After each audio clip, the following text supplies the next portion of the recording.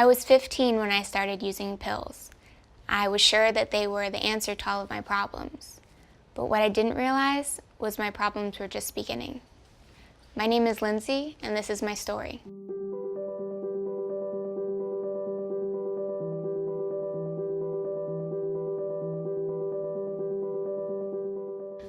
Well, thank you, Lindsay, for coming again and sharing your story with us. Can you tell us a little bit about your journey? Absolutely. My parents got divorced when I was about 10, and then my dad got remarried. My mother got remarried twice and then moved out to Utah.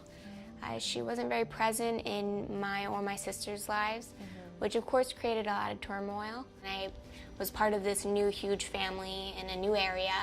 I was dying to fit in. I was dying to find some friends. I was dying to find my identity. Sure. And of course, I found a group of friends who were smoking and drinking and smoking pot, and it felt like that's where I could belong.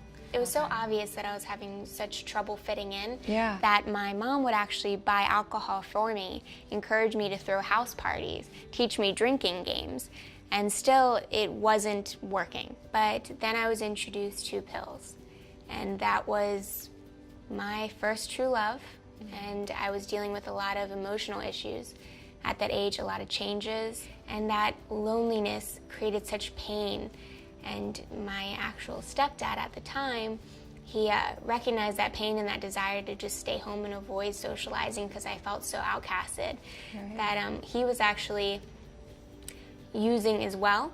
So he would offer me, like, hey, this is something that's taking away my pain. It could do the same for you. Wow. So you kind of got the message that, okay, if adults are doing this and it's given to you by an adult, that's something that you thought, okay, this must be okay, because you were so young at the time. So I felt isolated, I felt misunderstood, I felt alone. I was constantly worried that I wasn't going to graduate. I didn't have a job, so really the only friend that I felt like I could turn to was substance. And then it felt like I was part of a special club. There was camaraderie in that. Sure, and like a sense of community, it sounds like. Right, like everyone trusted each other to keep that a secret. Of course it progressed like it usually does, and my problems didn't go away, they only got worse. It was only numbing me to that inevitable pain that was just growing and growing.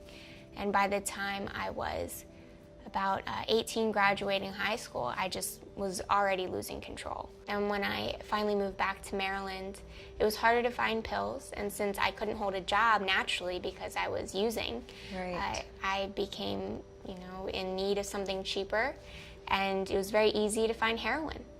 And I began heroin when I was about 20, and it was just a quick decline. Really? So how did you notice that once you transitioned to heroin, because it sounds like the pills got too expensive and it wasn't so easy to access the pills, but heroin sounds like was everywhere. Absolutely. And actually, I almost stumbled upon it. Like I had mentioned, I thought pills were a cure-all. No one mentioned that once you become addicted to pills, you endure something called withdrawal, which is horrific. It feels like the worst flu of your life. It feels like it's never ending. It hurts inside of your bones. So when a friend of mine told me that he had an organic solution to a thing called withdrawal and offered me this powder, I didn't even ask questions. And that's when I was introduced to heroin. Wow, so it sounds like what you would think is, some people might think of it as a typical teenage scenario where 1 second you're drinking with your friends, you're smoking marijuana and things like that, and a lot of people don't think that's all that serious, yet you mentioned you started experiencing hangovers and things, and then someone that you knew and trusted offered you a pill that promised to kind of cure this hangover, right? And then once you started withdrawing from the pills, someone else you knew and trusted, I'm guessing, offered you the heroin to kind of deal with the withdrawal, it sounds like. Right, and an equally deadly symptom of the heroin is that stigma that's attached to it. So when you're getting involved with drugs, and especially heroin, and that fear and that shame that's attached to that name, you isolate even more. And you don't want to tell anybody that you're having problems because you don't want to expose yourself as a junkie or a drug addict. Right. So you risk falling deeper and deeper into that hole because you're ashamed to actually reach out. Yeah, absolutely. No, that makes a lot of sense. So how long were you using heroin, would you say? About 3 years. Okay. And that was enough time for me to lose everything. Sure. I was at a real rock bottom. I was considering things like breaking my own limbs to get more painkillers. Wow. So I knew that I had to do something or face this kind of issue for the rest of my life. It wasn't until about 23 that I finally went and got help. I sat down with my father. I said, I don't know if you know this, but I've been using. Wow, how courageous. Yes, it was a hard thing to face, especially when I love my dad so much and I've always looked up to him. But he actually sat down next to me and pulled out an Al-Anon pamphlet out of his coat. So he had actually been seeking support for a long time and was so happy that I finally came to a conclusion to get help. So Lindsay, what would you say if everyone watching this could take something away today? What would you hope that they take away from this conversation? I'm hoping that this increases awareness. I'm hoping that if someone out there can relate to my story and is struggling, that they know that there is hope and there is a world of amazing opportunity awaiting them if they can just be brave and take that first step. And also, I'm hoping that people can recognize the signs. If they maybe aren't at that point yet of being in active addiction, know that that's where it could lead you.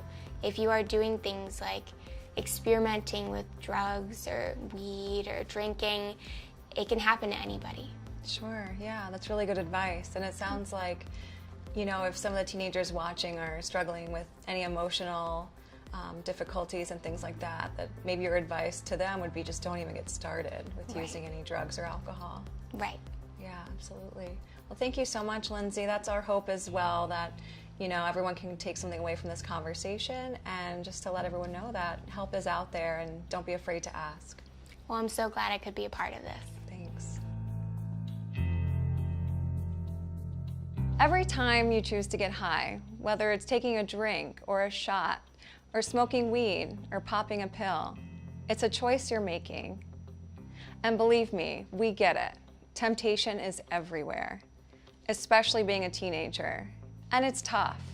Whether it's going to parties on the weekends or just wanting to fit in, it seems like it's happening everywhere. So if you find yourself struggling with any substances or thinking that you might be going down that path, we want to hear your story. Have the courage, like Lindsay, to reach out for help.